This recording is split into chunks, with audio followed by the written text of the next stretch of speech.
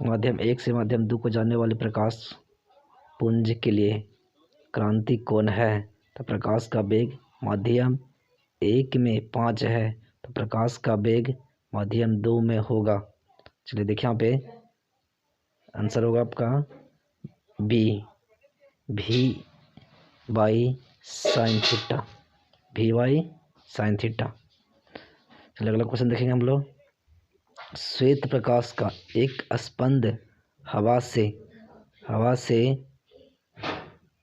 एक स्लैब पर अभिलंब आपतित होता है, तो स्लैब से गमन करने के पश्चात सबसे पहले कौन सा रंग बाहर निकलेगा? तो देखिए यहाँ पे नीला है, हरा है, बैगनी है और लाल रंग है, तो इसका आंसर बताइएगा क्या होगा। चलिए देखिए यहाँ पे इसका आंसर हो जाएगा आपका लाल रंग। चलिए अगला क्वेश्चन देखेंगे हम लोग। जब प्रकाश एक माध्यम से दूसरे माध्यम में प्रवेश करता है तो कौन सी राशि परिवर्तित नहीं होती है? चलिए ऑप्शन बताइएगा।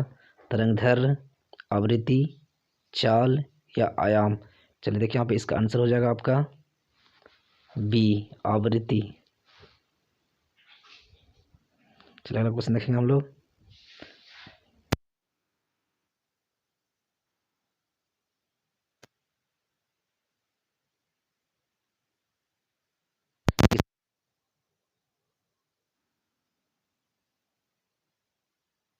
विवर्तन के कारण या कारण के कारण। तो देखिए यहाँ पे इसका आंसर हो जाएगा अपवर्तन और पूर्ण आंतरिक प्रवर्तन के कारण। वक्रता त्रिज्या कितनी होती है? तो देखिए यहाँ पे समतल दर्पण की जो वक्रता त्रिज्या होती है आपका अनंत होता है। तालाब की तली कुछ ऊपर उठी हुई प्रतीत होती है, इसका कारण क्या होता है? प्रकाश का व्यतिकरण, प्रकाश का प्रवर्तन, प्रकाश का अपवर्तन, प्रकाश का विवर्तन। तो देखिए यहाँ पे इसका आंसर हो जाएगा आपका प्रकाश का अपवर्तन के कारण।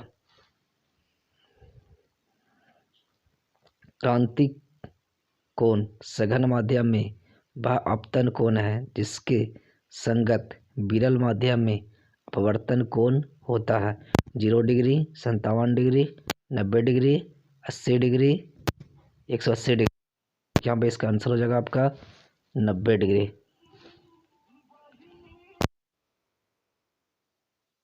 निम्नलिखित में से किस दर्पण द्वारा वस्तु का आभासी प्रतिबिंब प्राप्त किया जा सकता है? केवल समतल दर्पण द्वारा, केवल अवतल दर्पण द्वारा, केवल उत्तल दर्पण द्वारा या तीनों के द्वारा? चलिए देखिए यहाँ पे आंसर हो जाएगा आपका तीनों के द्वारा। समतल दर्पण, अवतल दर्पण और उत्तल दर्पण में आभासी प्रतिबिंब प्राप्त होता है। चलिए देखिए यहाँ पे वस्तु से बड़ा आभासी प्रतिबिंब बनता है, तो वस्तु से बड़ा आभासी प्रतिबिंब बनता है आपका अवतल दर्पण में। पीन छिद्र कैमरा किस सिद्धांत पर कार्य करता है? तो आंसर होगा आपका प्रकाश के रेखीय प्रसारण पर। जल और कांच के अपवर्तनांक क्रमशः तथा में है, तो जल का कांच के सापेक्ष अपवर्तनांक होगा। तो आंसर हो जाएगा आपका इस के अंदर चमकीला दिखाई देता है। पूर्ण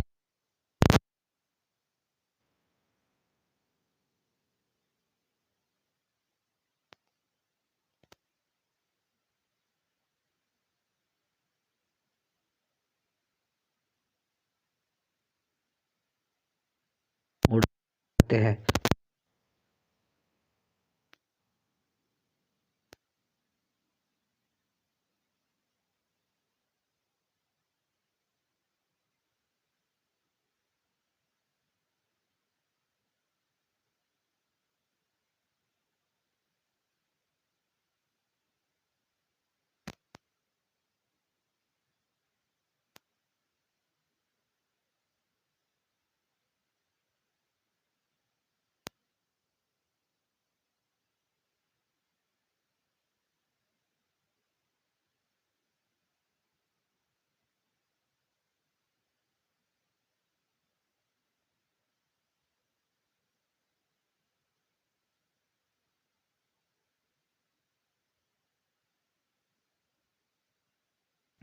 चलिए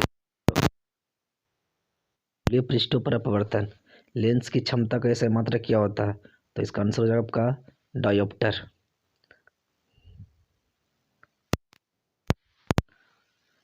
लेंस के द्वारा कितने प्रतिबिंब बनेंगे यदि वस्तु को प्रधान अक्ष पर रखा जाए? तो आंसर हो जाएगा आपका दो उत्तल लेंस परस्पर संपर्क में रखे हैं तो समतुल्य लेंस होगा। तो आंसर हो जाएगा आपका उत्तल। एक उत्तल लेंस में वस्तु और उसके वास्तविक प्रतिबिंब के बीच की न्यूनतम दूरी होती है। आंसर होगा आपका 4f के बराबर। यदि समान फोकस दूरी के दो अभिसारी लेंस एक दूसरे के संपर्क में रखे हो तो इस संयोग की फोकस दूरी कितना होगा आपका? f/2। यदि किसी लेंस की फोकस दूरी f मीटर हो तो उसकी क्षमता का मान कितना होगा? तो आंसर हो जाएगा आपका 1/f डायोप्टर। कांच के एक अवतल लेंस को जब जल में डुबाया जाता है तब यह हो जाता है कम अपसारी।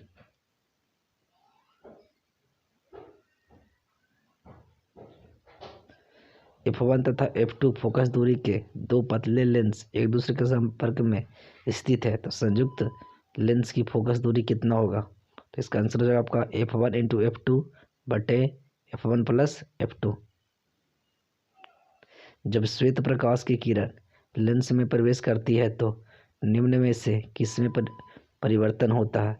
आंसर हो जाएगा आपका वेग और तरंग दैर्ध्य में। जब श्वेत प्रकाश की किरण लेंस में प्रवेश करती है तो निम्नलिखित में किस में परिवर्तित हो जाती है? आंसर हो जाएगा आपका वेग और तरंग दैर्ध्य में।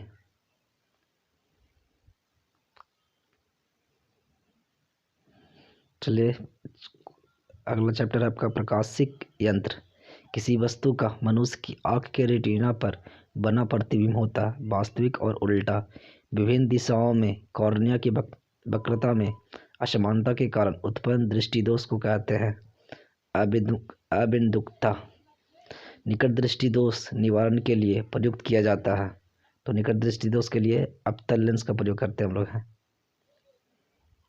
सरल सूक्ष्मदर्शी की आवर्धन क्षमता कितनी होती है? तो सरल सूक्ष्मदर्शी की तो जो आवर्धन क्षमता होता है आपका 1+d/f। यौगिक सूक्ष्मदर्शी की नली की लंबाई बढ़ाई जाती है तब उसकी आवर्धन क्षमता बढ़ती है। खगोलीय दूरदर्शी में अंतिम प्रतिबिंब होता है आभासी व उल्टा। एक दीर्घदृष्टि वाले व्यक्ति को आवश्यकता होती है उत्तल लेंस की। सामान्य समायोजन में खगोलीय दूरदर्शक की नली की लंबाई होती है f0 f0 प्लस fe। वर्ण विपथन का दोष नहीं पाया जाता है तो प्रवर्तक दूरदर्शक में बेलनाकार लेंस का व्यवहार किया जाता है आँख के उस दोष को दूर करने के लिए जिसे कहा जाता है एस्टिग्मैटिज्म। सामान्य समायोजन के लिए खगोलीय दूरदर्शक की आवर्धन क्षमता होती है -f0/fe। संयुक्त सूक्ष्मदर्शी की आवर्धन क्षमता के लिए कौन सा संबंध सही है? आंसर हो जाएगा आपका m बराबर -l/f0 इंटू 1+d/fe। चलिए देखिए अगला चैप्टर आपका प्रकाश का वर्ण विक्षेपण तथा वर्णक्रम। पतली झिल्ली के रंगीन दिखने का कारण है व्यतिकरण। आसमान का रंग नीला दिखने का कारण है प्रकीर्णन। यदि नीले रंग के प्रकाश के फोटॉन की ऊर्जा E और पीले रंग के प्रकाश के फोटॉन की ऊर्जा E2 हो तो आंसर होगा आपका E1 > E2। आंसर बी हो जाएगा इसका। इन अपवर्तनांक वाले शीशे की पट्टी में पथ की लंबाई t का समतुल्यांक निर्वात में आंसर होगा इसका आपका n × t पथ की लंबाई। जब प्रकाश की एक किरण स्लैब में प्रवेश करती है तो इसका तरंग दैर्ध्य घटता है। प्रकाश की अनुप्रस्थ तरंग प्रकृति पुष्टि करता है ध्रुवन को। इंद्रधनुष का निर्माण जिस कारण से होता है वह है वर्ण विक्षेपण। वायुमंडल की अनुपस्थिति में पृथ्वी से आसमान का रंग दिखाई देता है तो काला दिखाई देता है।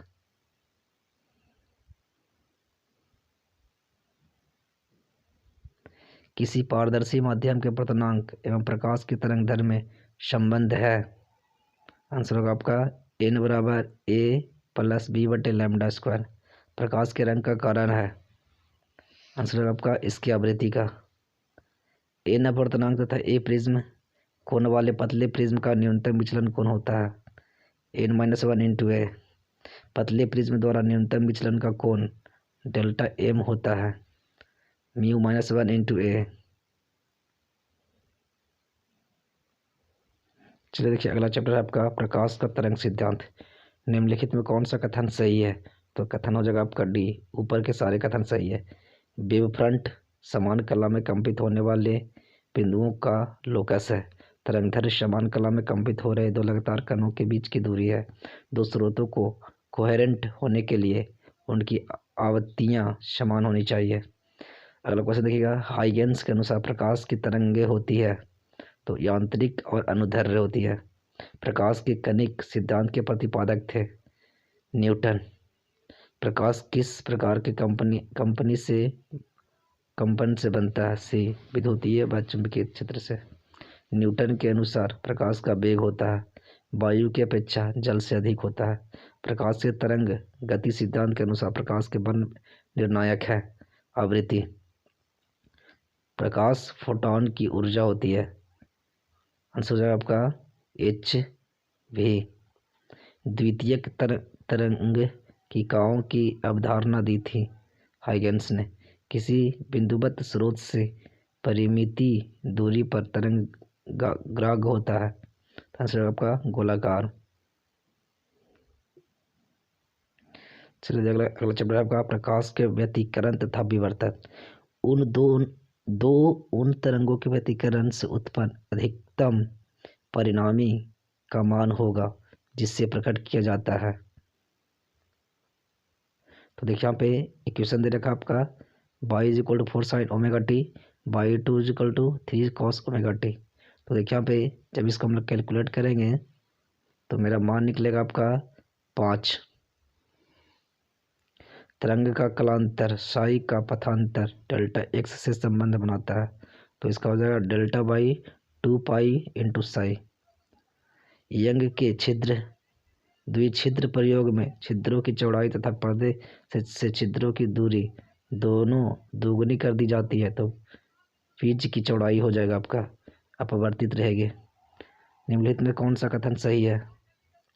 तो लॉयड मिरर एक्सपेरिमेंट में सेंट्रल ब्राइज फ्रिंज गायब होता है। किरचॉफ का द्वितीय नियम है ऊर्जा संरक्षण का नियम।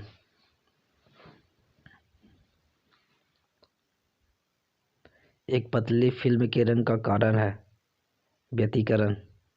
यंग के प्रयोग में यदि प्रकाश का तरंग दैर्घ्य दोगुनी कर दी जाए तो फ्रिज की चौड़ाई हो जाएगी दोगुनी हो जाएगी। दो कला संबंध स्रोतों के कारण प्रकाश के व्यतिकरण में प्रिज्म की चौड़ाई होती है। आंसर होगा आपका तरंग दैर्घ्य के अनुक्रमानुपाती। तीक्ष्ण सीधी कोण से प्राप्त विवर्तन प्रिज्म है समान चौड़ाई की नहीं होती है। स्वस्थ आँख की विभेदन सीमा कितनी होती है? तो 1 मिनट होती है।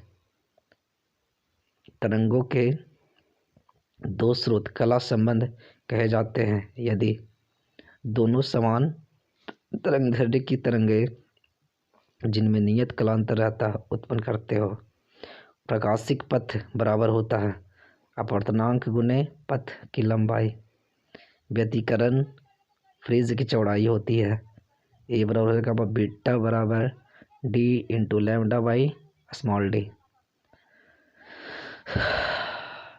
यंग के द्विस्लिट प्रयोग में समपोषी व्यतिकरण उत्पन्न करने वाली तरंगों के बीच पथांतर का मान नहीं होता है 2 into n+1 into lambda by 2। विनाशी व्यतिकरण के लिए पथांतर होना चाहिए। आंसर हो जाएगा आपका 2n+1 लैम्डा बाई 2। साबुन का बुलबुला सूर्य के प्रकाश में रंगीन दिखाई देता है। इसका कारण क्या? प्रकाश का व्यतिकरण। जब प्रकाश की किरण एक अवरोधक के किनारों से उड़ती है तो यह क्रिया कहलाती है। तो क्रिया हो जाएगा आपका विवर्तन। चलिए देखिए अगला चैप्टर आपका प्रकाश का ध्रुवन का। जीवाश्म की आयु पता की जाती है कार्बन डेटिंग से। कांच की एक पट्टिका पर प्रकाश किरण 60 डिग्री के कोण पर आपतित होती है। यदि प्रवर्तित तथा अपवर्तित किरणें परस्पर लंबवत हो तो पदार्थ का अपवर्तनांक होगा √3। जिस घटना से प्रकाश तरंगों की प्रकृति निर्विवाद रूप से अनुप्रस्थ सिद्ध होती है वह कहलाती है आपका ध्रुवन। समतल ध्रुवित प्रकाश में कंपन होते हैं केवल एक दिशा में। बूस्टर का नियम क्या है? तो बूस्टर का जो नियम है आपका म्यू बराबर 10 IP। इनमें कौन चयनात्मक अवशोषण द्वारा समतल ध्रुवित प्रकाश देता है? आंसर है आपका क्वार्ट्ज क्रिस्टल और पोलराइड दोनों। चलिए अगला देखिए चैप्टर है प्रकाश विद्युत प्रभाव। किसी m द्रव्यमान तथा q आवेश के कण को भी विभव द्वारा त्वरित किया जाता है। कण की dB बोल्गी तरंग दैर्ध्य होगी। सी आंसर जो है इसका h/√2mv। डेविसन जर्मर प्रयोग में इलेक्ट्रॉन के जिस प्रकृति का सत्यापन हुआ वह थी तरंग प्रकृति। प्लांक नियतांक की बीमा होता है mL² 10^1। प्लांक नियतांक का मान होता है तो 6.63 × 10⁻³ जूल पर सेकेंड।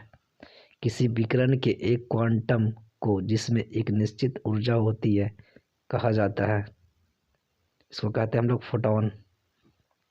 पूर्ण तरंग दृष्टिकारक में उपयोग होता है 2 डायोड। इलेक्ट्रॉन का विशिष्ट आवेश होता है 1.8 × 10⁻11 कूलम्ब पर kg। इलेक्ट्रॉन वोल्ट द्वारा मापा जाता है ऊर्जा। द्रव्य तरंग सिद्धांत के प्रतिपादक थे डी बोगले। फोटॉन की ऊर्जा है Hv। प्रकाश विद्युतशील होता है। प्रकाश का पधुरा न बदलता है। फोटो इलेक्ट्रोड के लिए निरोधी विभव है। तो आपतित प्रकाश की आवृत्ति तथा कैथोड के पदार्थ की प्रकृति दोनों पर निर्भर करता है। निम्न में से किस धातु का विद्युतीय कार्यफलन न्यूनतम होता है? तो सोडियम का। उत्सर्जित फोटो इलेक्ट्रॉन की ऊर्जा निर्भर करती है प्रकाश के तरंगदैर्ध्य पर। इनमें कौन आवेश रहित है? तो फोटॉन कण होता है।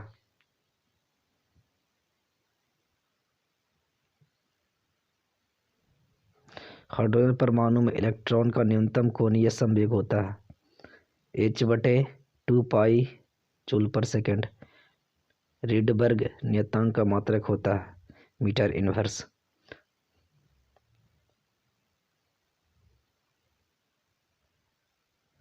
जेड परमाणु क्रमांक वाले परमाणु की किसी दी गई कक्षा में इलेक्ट्रॉन की ऊर्जा अनुक्रमानुपाती होती है तो हो जाएगा Z−2 के। नाभिक की त्रिज्या की कोटि कितनी होती है? तो 10⁻⁻14 मीटर। रदरफोर्ड के अल्फा कण प्रकीर्णन प्रयोग में जिस बल के कारण अल्फा कण प्रकीर्णित होते हैं वह बल कहलाता है कूलॉम्ब बल। हाइड्रोजन स्पेक्ट्रम में जब संक्रमण किसी उच्च कक्षा से दूसरी कक्षा में होता है तो प्राप्त होती है बामर श्रेणी। रीडबर्ग नियतांक की बीमा है m0 L इनवर्स T0। निम्न में से कौन सी श्रेणी विद्युत चुंबकीय स्पेक्ट्रम के परावैंगनी भाग में पाई जाती है? आंसर हो जाएगा आपका लाइमन। विद्युत चुंबकीय स्पेक्ट्रम के किस भाग में हाइड्रोजन की लाइमन श्रेणी पाई जाती है? परावैंगनी। हाइड्रोजन परमाणु के प्रथम बोर कक्षा में इलेक्ट्रॉन की ऊर्जा -13 इलेक्ट्रॉन वोल्ट है। उसके दूसरी कक्षा में इलेक्ट्रॉन की ऊर्जा होगी -3.4 इलेक्ट्रॉन वोल्ट। हाइड्रोजन स्पेक्ट्रम की कौन सी श्रेणी अवरक्त भाग में नहीं पड़ती है? तो लाइमन श्रेणी में। हाइड्रोजन स्पेक्ट्रम की कौन सी श्रेणी दृश्य भाग में पड़ती है? बामर श्रेणी में। सूर्य के प्रकाश का स्पेक्ट्रम होता है आंसर होगा आपका सतत। लैम्डा तरंग दैर्ध्य वाले फोटॉन की ऊर्जा होती है hc/λ।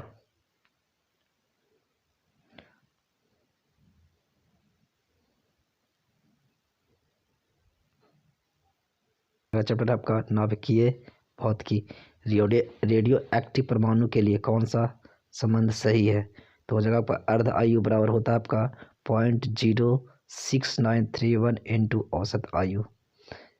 1 AMU बराबर होता है एटॉमिक मास यूनिट बराबर होता है आपका 1.6 इंटू 10⁻27 kg। नाभिक का घनत्व लगभग कितना होता है? तो 2.29 into 10⁻17 kg metre inverse 3। Answer सी।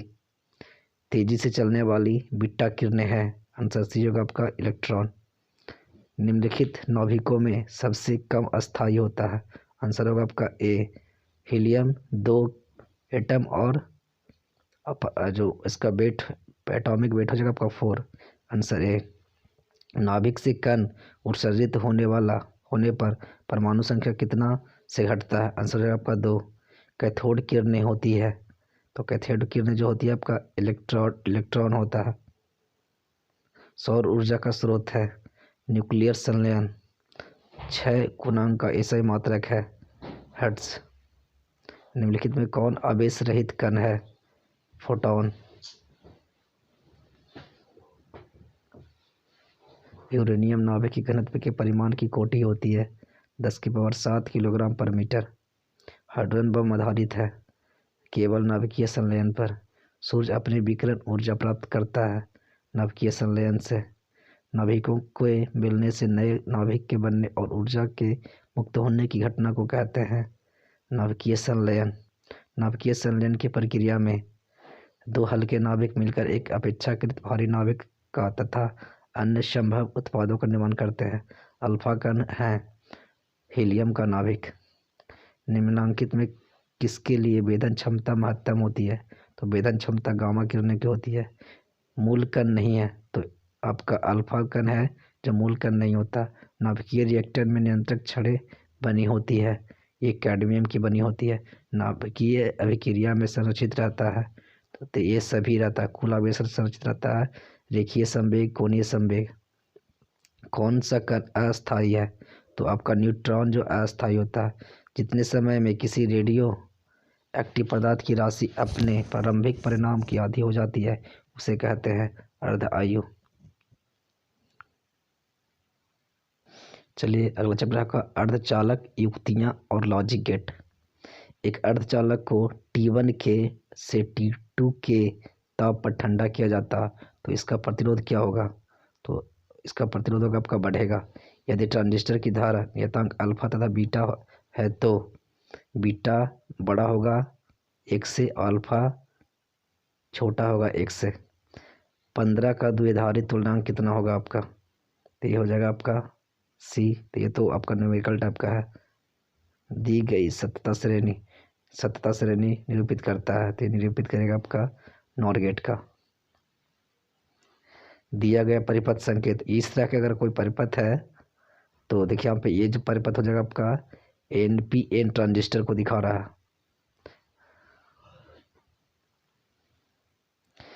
पी टाइप का अर्धचालक बनाने के लिए जर्मेनियम को डोप किया जाता है गैलियम से।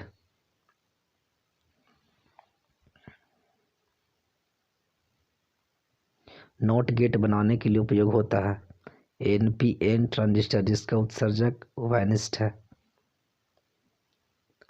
NPN ट्रांजिस्टर की क्रिया में उत्सर्जक धारा Li, आधार धारा IB तथा संग्राहक धारा IC में संबंध होता है।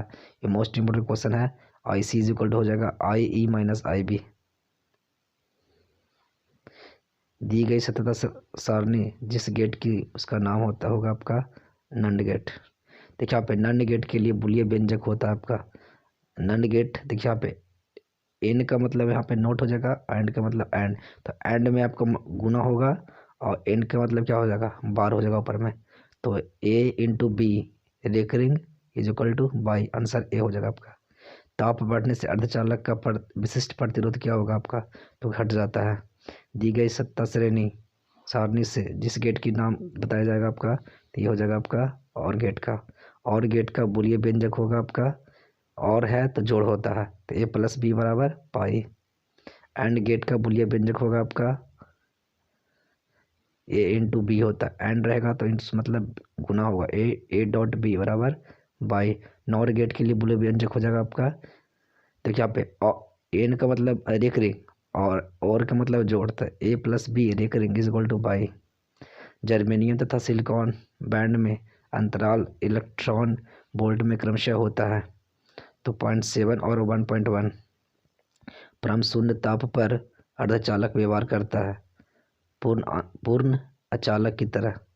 एक पदार्थ की चालकता ताप बढ़ाने पर बढ़ती है, वह पदार्थ है डी अर्धचालक। अर्धचालक में विद्युत चालकता का कारण है इलेक्ट्रॉन तथा विभर। डायोड का उपयोग करते हैं एक दृष्टिकारी की भांति। चिन्ह डी किस गेट को निरूपित करता है, तो एंड गेट का।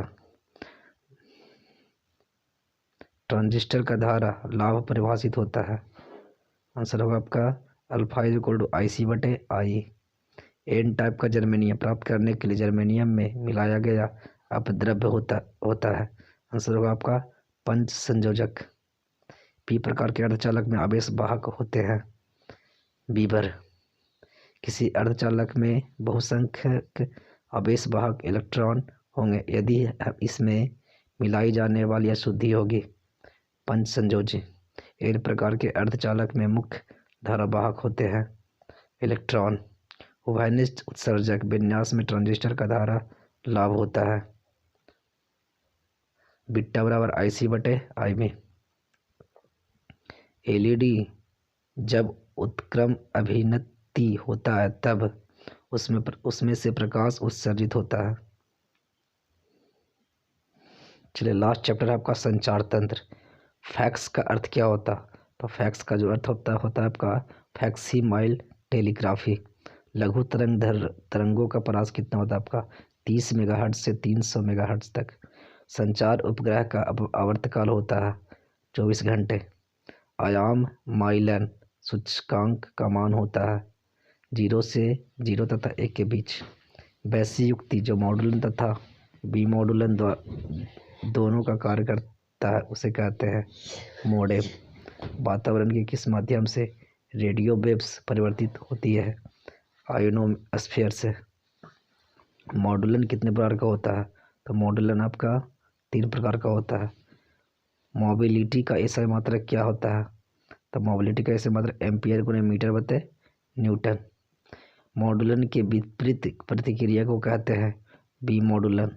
लंबी दूरी तक रेडियो प्रसारण के लिए निम्नलिखित में से मुख्यतः किसका उपयोग किया जाता है, तो आयन मंडलीय तरंगों का। टीवी प्रसारण के लिए इस आवृत्ति प्रास का आयाम प्रास का उपयोग होता है वह है 30 से 300 मेगाहर्ट्ज। जो युक्ति मॉडुलन तथा बी मॉडुलन दोनों का कार्य करती है कहलाती है मॉडेम।